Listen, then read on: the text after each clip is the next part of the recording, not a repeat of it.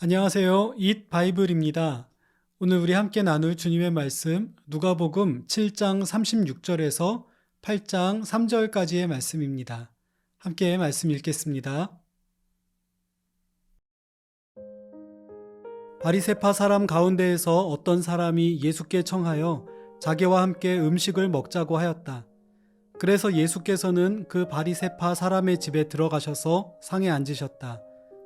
그런데 그 동네에 죄인인 한 여자가 있었는데 예수께서 바리새파 사람의 집에서 음식을 잡숫고 계신 것을 알고서 향유가 담긴 옥합을 가지고 와서 예수의 등 뒤에 발 곁에 서더니 울면서 눈물로 그 발을 적시고 자기 머리털로 닦고 그 발에 입을 맞추고 향유를 발랐다. 예수를 초대한 바리새파 사람이 이것을 보고 혼자 중얼거렸다. 이 사람이 예언자라면 자기를 만지는 저 여자가 누구이며 어떠한 여자인지 알았을 터인데 그 여자는 죄인인데. 예수께서 그에게 말씀하셨다. 시몬아, 내게 할 말이 있다. 시몬이 말했다. 선생님, 말씀하십시오. 예수께서 말씀하셨다.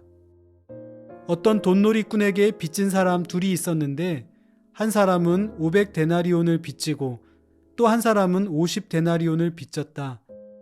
둘이 다 갚을 길이 없으므로 돈놀이꾼은 둘에게 빚을 없애주었다. 그러면 그 두 사람 가운데서 누가 그를 더 사랑하겠느냐? 시몬이 대답하였다. 더 많이 빚을 없애준 사람이라고 생각합니다. 예수께서 그에게 말씀하셨다. 내 판단이 옳다. 그런 다음에 그 여자에게로 돌아서서 시몬에게 말씀하셨다. 너는 이 여자를 보고 있는 거지? 내가 네 집에 들어왔을 때에 너는 내게 발 씻을 물도 주지 않았다. 그러나 이 여자는 눈물로 내 발을 적시고 자기 머리털로 닦았다. 너는 내게 입을 맞추지 않았으나 이 여자는 들어와서부터 줄곧 내 발에 입을 맞추었다. 너는 내 머리에 기름을 발라주지 않았으나 이 여자는 내 발에 향유를 발랐다. 그러므로 내가 네게 말한다. 이 여자는 그 많은 죄를 용서받았다. 그것은 그가 많이 사랑하였기 때문이다. 용서받은 것이 적은 사람은 적게 사랑한다. 그리고 예수께서 그 여자에게 말씀하셨다. 내 죄가 용서받았다. 그러자 상에 함께 앉아있는 사람들이 속으로 수군거리기를 이 사람이 누구이기에 죄까지도 용서하여 준다는 말인가 하였다.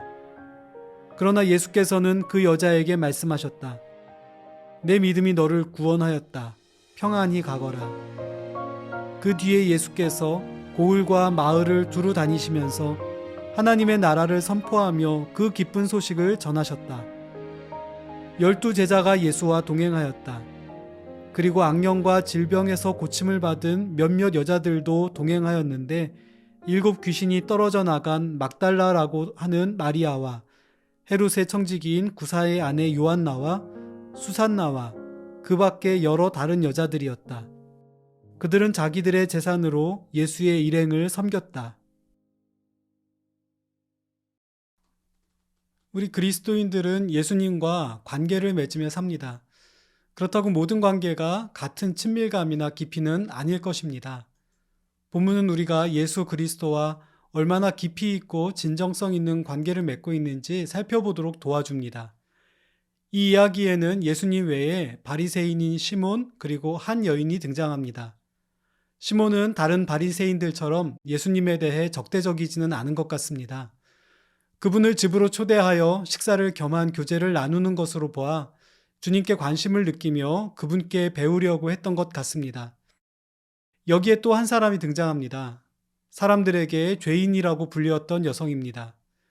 그는 초대받지 않은 손님으로 바리새인의 집에 들어갔고 비스듬히 누워서 식사를 즐기시는 예수님께 다가가 오해를 살 수 있는 행동을 합니다. 식사하시는 예수님 뒤에서 눈물로 발을 적시고 머리털로 닦고 발에 입 맞추고 옥합을 깨어서 향유를 발에 바르고 있는 것입니다. 집주인이 기대했던 점잖은 교제 분위기는 깨졌습니다. 사람들의 시선이 온통 그녀를 향했고 소란스러워졌을 것입니다. 시몬은 겉으로는 점잖게 반응하지만 속으로는 소란을 피운 여인과 말없이 받아주고 있는 주님 모두에게 실망하고 판단하고 있습니다. 만약 우리에게 이런 일이 생기면 어떻게 할 것 같습니까? 그런데 주님은 우리 생각과는 다르게 반응하십니다. 주님은 마치 여인의 행동 이면에 마음과 메시지에 집중하고 계시는 것 같습니다. 오늘 우리는 이 여성을 바라보시는 주님의 시선을 따라 자신을 성찰하며 말씀을 묵상하면 좋겠습니다. 먼저 이 여인의 첫 모습은 투박하고 거칠어 보입니다. 난데없고 당황스럽습니다. 손님을 맞이하여 식사와 대화를 나누는 남의 집에 갑자기 나타나 돌발 행동을 하며 통곡을 하는 것은 상식적으로 이해하기 힘든 모습입니다. 얼핏 보기에 감정 조절이 성숙하지 못해 보이고 남을 배려할 줄도 모르는 것 같습니다. 그렇지만 또 다른 시선으로 볼 때 여인의 이 행동은 큰 용기를 낸 일이었다는 생각이 듭니다. 사실 주변 사람들 누구나 자신을 죄인이라고 알아봅니다. 공개적인 자리에서든 은밀한 장소에서든 그녀가 주님을 만나는 모든 상황은 오해와 억측을 낳을 수 있습니다.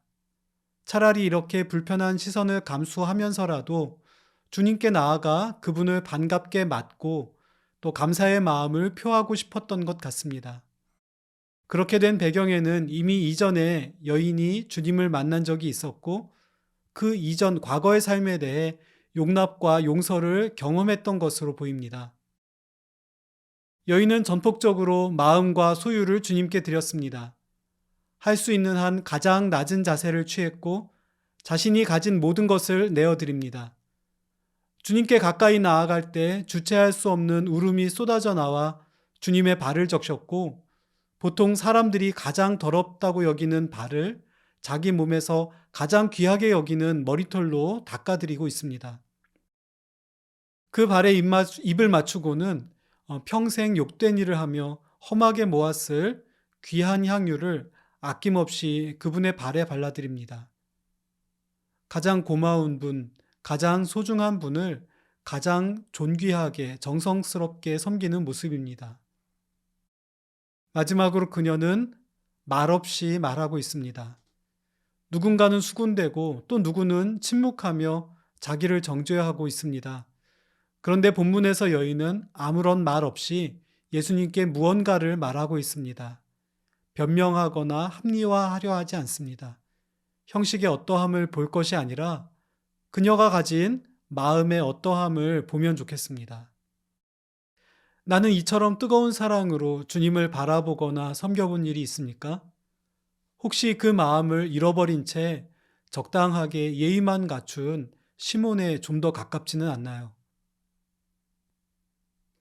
만약 내가 이런 일을 당했다면 어떤 마음이었을까요? 주변의 분위기로 보아서는 꽤 난감하고 수치스럽게 여겨졌을 수도 있습니다. 그렇지만 예수님은 그렇게 반응하지 않으셨습니다. 주님은 여인이 하는 행동을 말없이 받아주시면서 그의 마음속에 맺힌 회한과 감사, 새로운 삶에 대한 소망을 받아주십니다.